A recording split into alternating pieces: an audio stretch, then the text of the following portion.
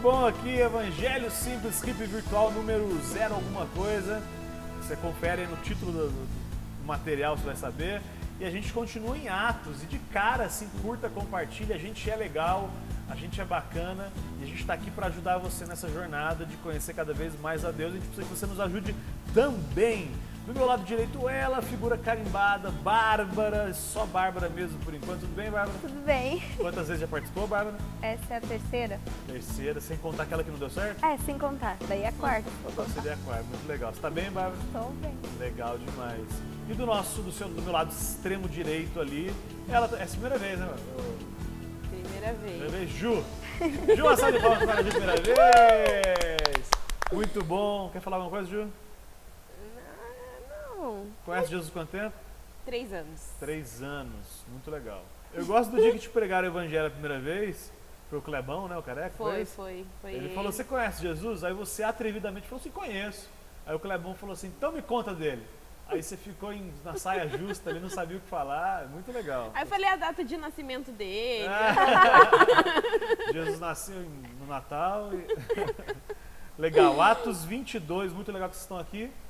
Pra quem não sabe, deu pau na primeira gravação, então vamos na segunda. Lembrando de novo. O objetivo de hoje, Atos 22, vocês abriram aí? Tudo certo? Sim, sim. Legal demais. O objetivo é a gente entender e saber que Deus nos envia por caminhos planejados e diante da dificuldade em obedecer à vontade de Deus, temos que lembrar que Ele nos sustenta e concede sabedoria para enfrentar qualquer circunstância. Posso ouvir um amém? Amém. Amém pentecostal? Oh, aleluia. Amém. Não, amém pentecostal com aleluia. Ô, Bárbara, você fala algum outro idioma, além do Não. português? Não, eu vou falar que não já. Não, eu falo. De cara já- Tentei, mas não rolou ainda. Pronto. Mas a Ju fala. Você pode achar que ela fala inglês, javanês, não. Francês? Ela fala francês, ela fala a língua do I. Então eu queria que você dissesse qual cidade você vem, quantos anos você tem, na língua do I.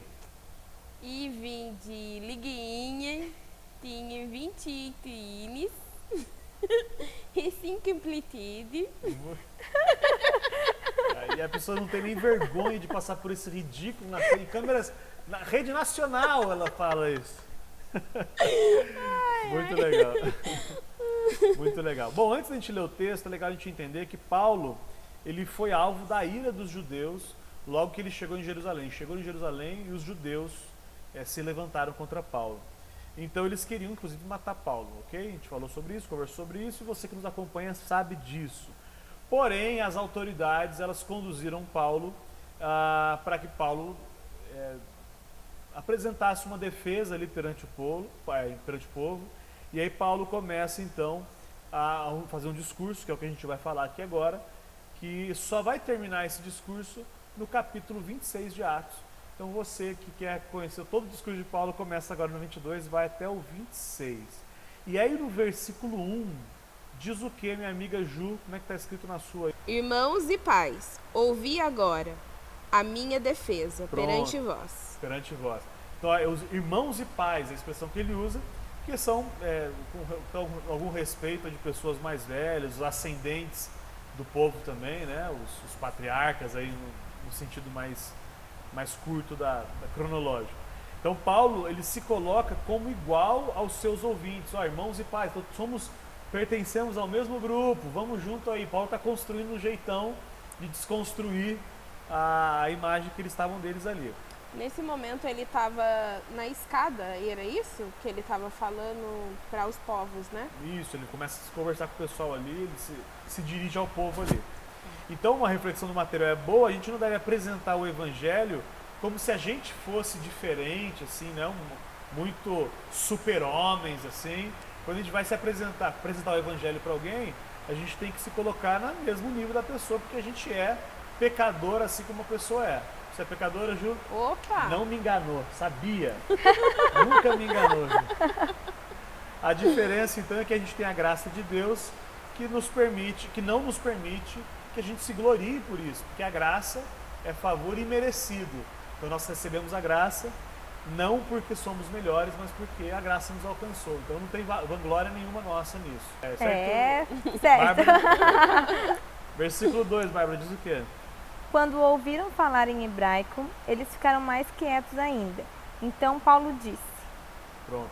Então a língua, ele falou em linguagem hebraica, que era, eles ficaram surpresos porque ele conhecia o idioma deles, nativo deles ali, e aí eles ficaram quietos, porque eles achavam que era um estrangeiro, mas na verdade era alguém do povo deles. Eles ficaram quietos e começaram a dar atenção para Paulo, ok? Só, por enquanto só comentários em cima do texto. Aí o versículo 3, Ju, diz o quê? Eu sou judeu, nascido em Tarso, da Cilícia, mas criei-me nesta cidade. E aqui fui instruído aos pés de Gamaliel, segundo a exatidão da lei do nosso antepassado, sendo zeloso para com Deus, assim como todos vós o sois no dia de hoje. Pronto, então eu sou igual a vocês, zeloso de toda a lei judaica. Ele fala assim, ó, eu tenho um lastro religioso, pode prestar atenção em mim, que eu não estou falando do nada. E aí ele fala que ele foi ensinado aos pés de Gamaliel. Quem foi Gamaliel, Bárbara? Ah, a gente falou na outra hippie. Foi. Tô tentando lembrar. Coloca aí o chapéu da vergonha nela aí, na edição. Tudo bem, eu já fiz a cara de choro já. Gamaliel, ele era um mestre da lei, ele era um doutor da lei, ele era um grande pastor ou um grande padre, alguém assim, no contexto deles, alguém que era muito respeitado dentro do contexto judaico. E Paulo aprendeu aos pés de Gamaliel, então é muito legal que ele está dizendo assim, povo, me ouçam, eu estou falando a língua de vocês, eu sou do povo de vocês, eu aprendi com o mestre de vocês, então estamos no mesmo barco, é o que Paulo está tentando construir com esse povo aqui. Aí o texto que você leu, Ju, fala que ele era zeloso para com Deus. O que eles queriam matar Paulo é porque eles eram zelosos da doutrina que receberam. Zeloso no contexto de bem intencionado, eles eram bem intencionados e estavam querendo matar Paulo por isso, que é um absurdo porque a lei judaica também diz que não deve matar ninguém. O próprio Paulo vai construir isso depois em Romanos, vai dizer que essas pessoas, inclusive ele era assim, eram zelosos por Deus, mas sem entendimento. Eu acho que vocês conhecem gente assim, estou perguntando para vocês responderem, gente que é zelosa, ou seja, é muito sincera, mas está sinceramente enganado. Você conhece gente assim, Ju? Oi, é o que eu mais conheço. Que defende fielmente aquilo que ela foi criada, né? Por exemplo, eu não posso ouvir o que você tem a dizer sobre Deus porque a minha religião não permite. Ou eu não fui criada assim, então eu não posso ouvir o que você tem para falar. Então ela está sinceramente seguindo um caminho errado. Exatamente. Crente que aquilo é o certo.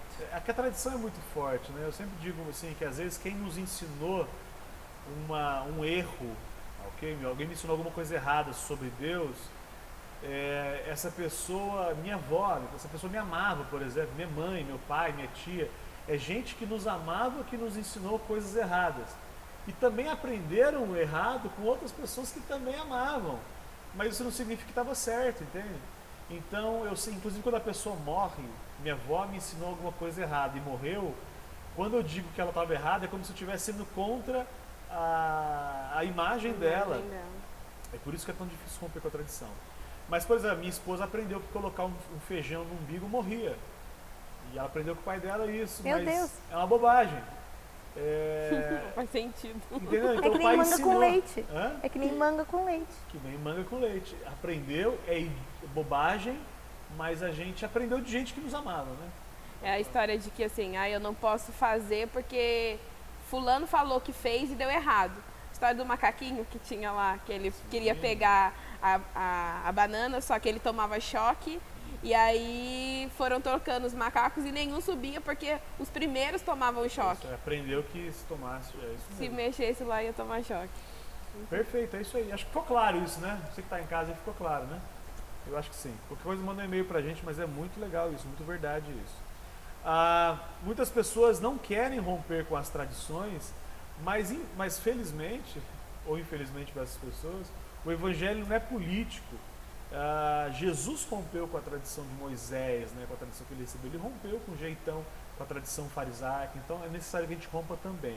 Um texto para você ler, se você quiser, dá um pause aí, 1 Pedro 1,18 vai construir alguma coisa sobre isso também. E o versículo 4 diz o que, Bárbara? Persegui os que seguiam este caminho, e fiz com que alguns fossem condenados à morte. Prendi homens e mulheres e os joguei na cadeia. Então o Paulo está dizendo assim, cara, eu sou como vocês estão sendo comigo agora, eu era. Eu era assim, eu persegui gente. Quem seguia o caminho, tá com C maiúsculo aí, né? Concorda? C maiúsculo. É o caminho, as pessoas chamavam a gente que crê, esse povo do caminho aí, que é o povo de Jesus, né? O povo do Jesus é o caminho, a verdade e a vida. Muito legal. O poder que ele tinha era absoluto. Ele tinha autoridade, inclusive religiosa e política, para mandar prender, mandar soltar. Inclusive, ele fala no outro texto que ele açoitou, ele torturou as pessoas para que negassem Jesus. Triste, né? Bem forte isso. Triste. Só para curiosidade, inclusive, Paulo, ele estava no apedrejamento de Estevão. Ele segurou a túnica, o casaco da galera apedrejar Estevão. Então era alguém que estava muito, muito envolvido até a cabeça, até os fios da cabeça, só que sinceramente equivocado a respeito do caminho seguido. Versículo 5, Bárbara. O grande sacerdote e todo o conselho superior podem provar que estou dizendo a verdade, pois eu recebi cartas deles, escritas para os irmãos judeus que moram em Damasco, e fui até lá para prender os seguidores deste caminho e trazê-los presos concorrentes a Jerusalém, a fim de serem castigados. Legal. Então o Paulo ele mostra que ele era amigo do sumo sacerdote, era chegadão do sumo sacerdote. Mais ou menos assim, ó, a gente é parça, meu, de perseguição do caminho, a gente é parça. Eu e o sumo sacerdote aí, pergunta pra ele. Assim, ó. Pergunta pra ele aí.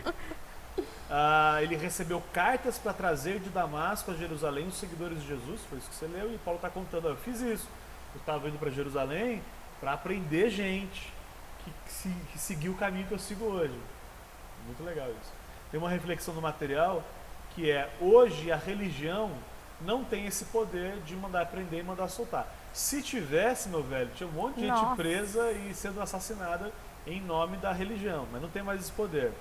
Mas ainda tem o poder do constrangimento, porque prende as pessoas nessas tradições que elas inventam, e quando você sair, você vai estar debaixo de maldição, e as pessoas que não seguem aquele caminhozinho que as religiões inventam, são marginalizadas. Então você pega religiões hoje em vigência, se eu não sigo o caminho, eu sou marginalizado por aquela religião. Eu sou colocado de lado mesmo.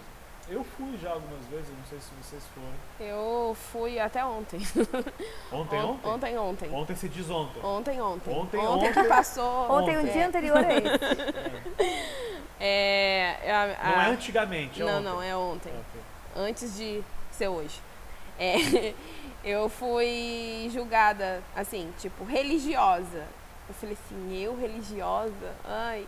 Então você é diferente de mim porque você é religiosa. E o que você crê, eu não creio. E eu não quero saber o que você crê. Foi bem assim.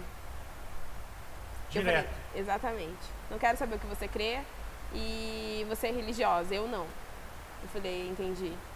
Esse é um preconceito. Porque a pessoa ela acredita fielmente que aquilo que ela está na verdade, sinceramente, como é? Mentira sincera interessa a ela, não a mim. Versículo 6, Ju. Ora, acontece que, indo de caminho e já perto de Damasco, quase ao meio-dia,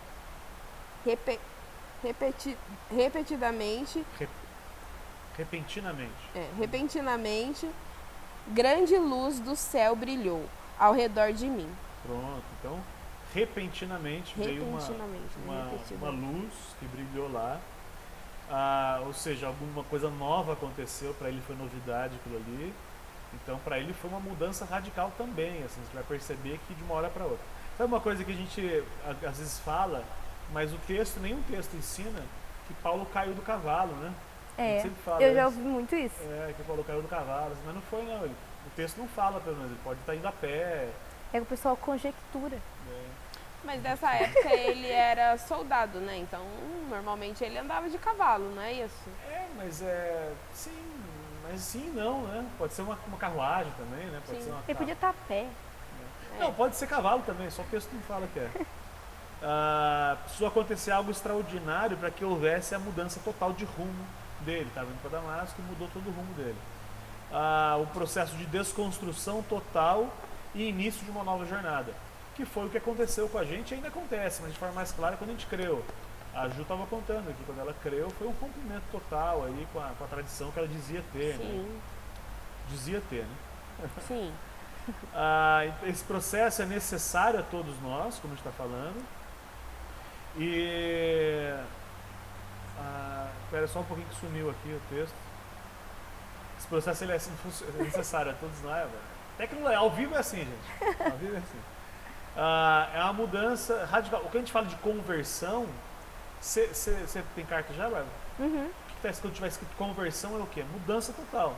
Você estava indo para lá, tem uma conversão, agora você volta. Sim. Então quando a gente fala de conversão a Cristo é isso, a gente estava indo para um lado e a gente agora tem uma mudança de 180 graus, é fundamental isso, acontecer essa conversão. Não existe novo nascimento sem conversão. Você ia para um lado, Ju, agora você está indo para o outro lado. É verdade isso na sua vida? É mais verdade do que está chovendo hoje. Novos valores, novos objetivos, um novo entendimento, uma nova vida começa a partir de então. Show de bola? Show. Versículo 7, Bárbara. Eu caí no chão e ouvi uma voz que me dizia: Saulo, Saulo, por que você me persegue? O Saulo, a repetição é uma forma que na época existia para deixar bem claro, afirmar, reafirmar. É com alguma você coisa. mesmo que eu estou falando. Agora eu posso fazer a pergunta? Pode. Aí muda, né, a questão do Paulo, né? Antes ele estava sendo tratado como Paulo e agora ele é chamado de Saulo. É que vocês explicaram que... O que é mesmo? Por que ele mudou o nome? Então, na verdade, não é uma boa questão. Eu já até ensinei isso errado. Que disse que nesse momento, quando ele caiu do cavalo, Deus mudou o nome dele de Saulo para Paulo. E na verdade a Bíblia não fala isso. Foi uma mudança que ele mesmo fez, ou os irmãos fizeram ali no processo. Demorou muito tempo. Ele continua sendo Saulo um tempão. Aí quando ele... Tem até um versículo que fala assim, Saulo, também chamado Paulo. Então a mudança de nome dele não tem a ver com a conversão dele. Lucas, eu vi, não sei se está correto, em uma pregação, que Saulo e Paulo era a mesma, tinha o mesmo, era mesmo conceito, o mesmo nome, só que no lugar era Saulo, no outro era Paulo, a única coisa que mas era o mesmo significado. Grega e hebraico, eu já ouvi um pouquinho diferente do que isso, eu acho mais bonito. Saulo em hebraico significa grande e Paulo em grego significa pequeno. Então eu vi que os dois eram pequenos. Que era o mesmo significado. Então pesquisa aí, manda pra gente o negócio. Mas eu ouvi disso. E aí quando ele entendeu que ele era, quem ele era, ou seja, um pecador, e que Jesus é que tinha que ser grande, ele teria dado esse nome. E como é um nome grego, ele foi pregar aos gentios, fazia mais sentido ele ter esse nome. É a mesma coisa que chega um John entre nós, e aí ele começa a chamar João. Vamos chamar Joãozão. Joãozinho. Tá bom? Mas o que é bonito disso é que Jesus chama Saulo pelo nome, que é um tratamento de Deus bem individualizado com a gente. Então, quando ele te chamou, Ju, ele sabe quem você é, ele te conhece suas dificuldades, as suas aspirações, os seus sonhos de casar, Bárbara. Tudo isso Jesus conhece. Versículo 8, Ju. Então eu perguntei, quem é o Senhor? Eu sou Jesus de Nazaré, aquele que você persegue. Pronto, então ele perseguia a igreja, mas significa que ele perseguia o corpo de Cristo. A igreja é o corpo de Cristo, então ele estava perseguindo Jesus. Qualquer coisa que fazem contra a gente hoje como igreja, estão fazendo contra Jesus. Então é uma coisa que é bem, bem profunda isso. Perseguir a igreja é a mesma coisa que perseguir Jesus. Paulo, ele se achava extraordinário mesmo. Ele se achava a primeira e a última bolacha do pacote, né? Ou como um amigo meu fala, a última coca do deserto, né? Eu ia falar essa agora. Mas a sua visão foi totalmente mudada com o processo. E aí no final, o Filipenses vai ensinar isso, ele se considera esterco. Todas as coisas que ele achava que ele era boa, na verdade não valia nada, esterco. Então esse é um processo. O meu irmão que está em casa, se você se julga muito bom ainda, está na hora de você entender que você não vale nada. Mas Deus gosta de você. Você não vale nada, mas eu gosto de você. Bárbara, versículo 9 e 10. Os homens que viajavam comigo viram a luz, porém não ouviram a voz de quem falava comigo. Eu perguntei, Senhor, o que devo fazer? E o Senhor respondeu, levante-se e entre na cidade de Damasco. Ali alguém vai lhe dizer tudo o que Deus quer que você faça. Então, ele abandona totalmente o seu objetivo inicial e submete à vontade de Jesus, sendo instruído no caminho que devia seguir. Ó, vai, entra na cidade, etc, etc. Tinha um plano lá. O Senhor sempre nos dirá o que devemos fazer se renunciarmos os nossos próprios planos e nos colocarmos à sua disposição. Ele vai nos conduzir. Você quer que ele te conduza? Totalmente, porque eu vou errar muito se for sozinho. Se renuncie então a você e ouça o que ele tem para dizer. Versículo do 11 ao 13. Pode ser Ju ou Bárbara, você que está falando pouco. Aquela luz brilhante tinha me deixado cego. Por isso os meus companheiros me pegaram pela mão e me levaram até Damasco. Havia ali um homem chamado Ananias. Ele era religioso, obedecia a nossa lei e todos os judeus moravam em Damasco o respeitavam. Esse homem veio me procurar, chegou perto de mim e disse, Irmão Saulo, veja de novo. No mesmo instante comecei a ver de novo e olhei para ele. Então, legal que Deus sempre providencia pessoas na nossa jornada para nos conduzir até a vontade dele. Isso é muito legal. Deus nos dá esses irmãos e também nos coloca para conduzir outros irmãos também, porque essa é a ideia do corpo de Cristo. São pessoas que nos guiam no momento de cegueira, né? No momento que a gente não está percebendo o erro. Esses irmãos vêm, a gente pode contar com eles e caminhar com eles. Isso é muito real, Lucas, porque eu já vivi isso. Legal.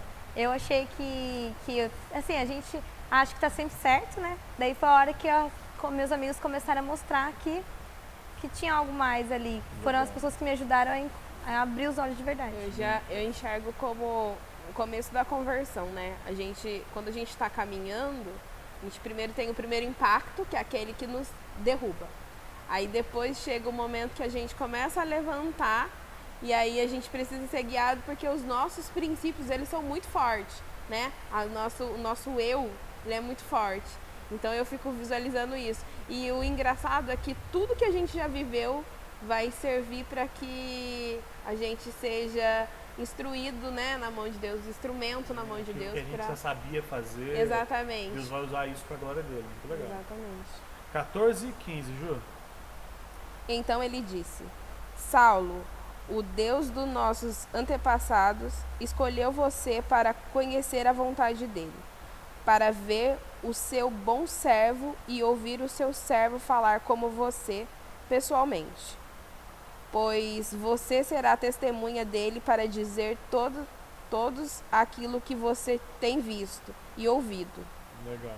Então, assim como os dons, e não é o assunto de hoje os dons, mas assim como os dons, Deus designa, Deus dá algumas funções aos seus filhos conforme os propósitos dele. Então, Deus tinha um propósito específico e deu uma função específica. Aliás, é uma grande missão para a gente descobrir qual que é a nossa, né? Qual que é o nosso propósito, aquilo que Deus quer para a gente. Versículo 14 e 15, Bárbara. 16 e 17. 14 e 15. Foi o que eu disse, 16 e 17. Só 16. Ok. E agora não espere mais. Levante-se, peça a ajuda do Senhor e seja batizado, e os seus pecados serão perdoados. Então, uma vez atraídos pela graça de Deus, quando a gente foi atraído pela graça de Deus, a gente não pode ficar estagnado, parado. A gente tem uma ação, uma coisa que a gente tem que fazer. E é urgente que a gente caminhe nessa direção. Então, foi muito rápido, né? Muito rápido. Foi assim, ele caiu, tá, pronto. Pá, pei, pum, pá, tá, pá, batiza. Batido. Foram 3 dias, não foi que ele ficou lá, cego? Refletindo. Mas pensando em tempo. Tudo, ó. É sem melhor comer, gente. Ele ficou 3 dias sem comer. Imagina o desespero. Imagina. Gente do céu. 3 Esse cara é um dias. herói. 3 dias. Vai, 17 e 18, Bárbara. E Paulo terminou dizendo, então eu voltei para Jerusalém. Quando estava orando no templo, tive uma visão. Vi o Senhor e ele me disse, saia depressa de Jerusalém, porque as pessoas daqui não aceitarão o que você vai dizer a meu respeito. Então Paulo vivia em comunhão com Deus e por isso ele recebia diretamente de Deus os próximos passos da jornada ali. Então você quer saber qual é o próximo passo da sua vida? Quer, Bárbara? Quero. Oh, aleluia. Quero. Tem que ser íntima de Deus para ouvir a voz dele. Paulo estava perfeitamente alinhado com a vontade de Deus e por isso que ele ouve. 19 e 20, Bárbara. Eu respondi: Senhor, eles sabem muito bem que eu ia às sinagogas e prendia os que criam em ti e batia neles. Quando estavam matando Estevão e que falavam a respeito de ti, ó Senhor, eu estava ali, concordando com aquele crime e até tomei conta das capas dos assassinos dele. Olha só que loucura, Paulo era um safadinho, não. Um mau caralho ali, era um cara, ele era o que ele era, né? A natureza dele está bem aflorada ali. Uma natureza má. Paulo, ele sabe quem tinha sido e as terríveis coisas que ele tinha feito. Ele sabia de tudo isso. E ele está verbalizando isso para os irmãos agora, para os ouvintes ali. Ele acreditava que o seu testemunho seria infalível para os seus conhecidos ali. Então ele sabia que o testemunho dele faria algum sentido. Por isso que ele está testemunhando, trazendo à luz a sua vergonha, etc, etc. Versículo 21, Ju. O Senhor disse: Vá, pois eu vou enviá-lo para bem longe. Vou enviá-lo aos não-judeus. Então Deus tinha planos para Paulo diferentes para a vida dele que ele estava vivendo. A única exigência, entre aspas aí, era voltar-se para Jesus e renunciar a ele mesmo, que é uma coisa que a gente tem que fazer até hoje, isso. Aí com essa atitude estava pronto para ser enviado aos gentios, independente do seu passado. Então eu não sei o que você fez, viu? E você falou que você é pecadora, você tem cara de quem pecou legal mesmo, viu? Não importa o que você fez, o que importa é que Jesus pode te usar se você se renunciar. Pode falar. Sabe aquela música que eu não gosto? Não. Que você cantou, que eu sofri bullying na escola? Então, eu dançava ela. Mas aí agora eu não... aquela música que você não gosta. Ok. Então não posso cantar. A música ainda. do bullying. Mas o editor, se quiser colocar samba Juliana, eu não sei nada, ok? Versículo 22, Ju. A multidão ficou ouvindo Paulo até que ele disse isso. Mas aí eles começaram a gritar com toda a força: Matem esse homem! Ele não merece viver. Legal.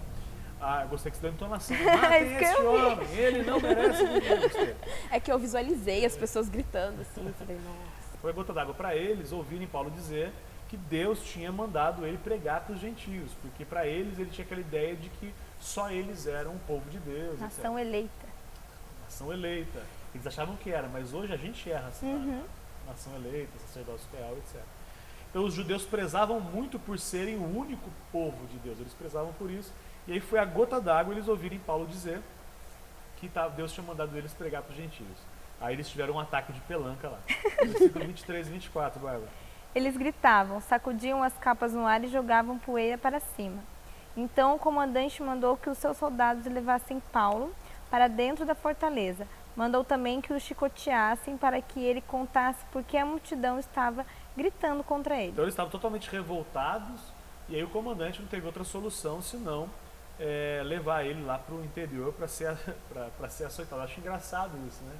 Vai lá, açoita ele lá para ver se ele confessa alguma coisa lá, alguma coisa está escrita. Esse povo está muito revoltado à toa, só por isso que ele falou. Não é por isso que você só por isso.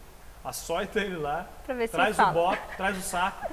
E aí, continua a Bárbara do 25 ao 27. Porém, quando o estavam amarrando para chicoteá-lo, Paulo perguntou ao oficial romano que estava perto dele: Será que vocês têm o direito de chicotear um cidadão romano, especialmente um que não foi condenado por nenhum crime? Quando o oficial viu isso, foi falar com o comandante e disse: O que é que o senhor vai fazer? Aquele homem é cidadão romano. Então o comandante foi falar com Paulo e perguntou: Me diga uma coisa, você é mesmo cidadão romano? Sou, respondeu Paulo. Então Paulo ele usava de todos os predicados, né, as qualidades que ele tinha, que ali inclusive foram sempre graça de Deus, né? O homem não pode receber coisa alguma se do céu não for dado. Mas ele sabia argumentar então em cima dessas qualidades com muita sabedoria. Então ele começa a usar como um peixão ensaboado assim, ele começa a passar por todas as etapas do julgamento até o final das contas lá. 28 e 29, Bárbara. Aí o comandante disse: Eu também sou, e isso me custou muito dinheiro. Paulo respondeu: Pois eu sou cidadão romano de nascimento. Imediatamente os homens que iam chicoteá-lo recuaram, e o próprio comandante ficou com medo ao saber que Paulo era cidadão romano e ele tinha mandado amarrá-lo. Ele ficou encarando, besteira, fiz caca. Porque o cidadão romano, ele é alguém de muito valor, era Era quem dominava a época eram os romanos. Então eu fazer alguma coisa contra o cidadão romano seria uma loucura, seria um absurdo. E aí ele sente esse frio na espinha. Ih, Ju, fiz besteira. E Né? agora? Ele podia comprar esse título de ser cidadão romano? Foi isso Como que ele hoje falou? você pode comprar a sua cidadania americana, sabia disso? É verdade? Você pode ir lá comprar o Green Card.